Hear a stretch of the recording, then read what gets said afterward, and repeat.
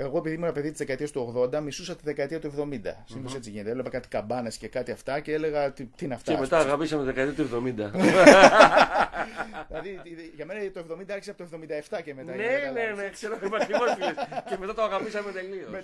Τα τελευταία 10 χρόνια αγοράζω μόνο δίσκους της δεκαετίας του 70 λοιπόν και είναι πριν το 77 όλοι.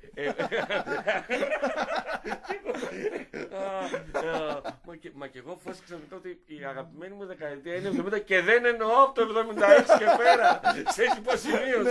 Εννοώ πιο. Δηλαδή ήταν απίστευτο πράγμα το οποίο λέγαμε από δεινοσαυρισμοί, μαμού. Τα έχω αγοράσει όλα. Τα έχω αγοράσει όλα. Όλους γες, μέσω όλα.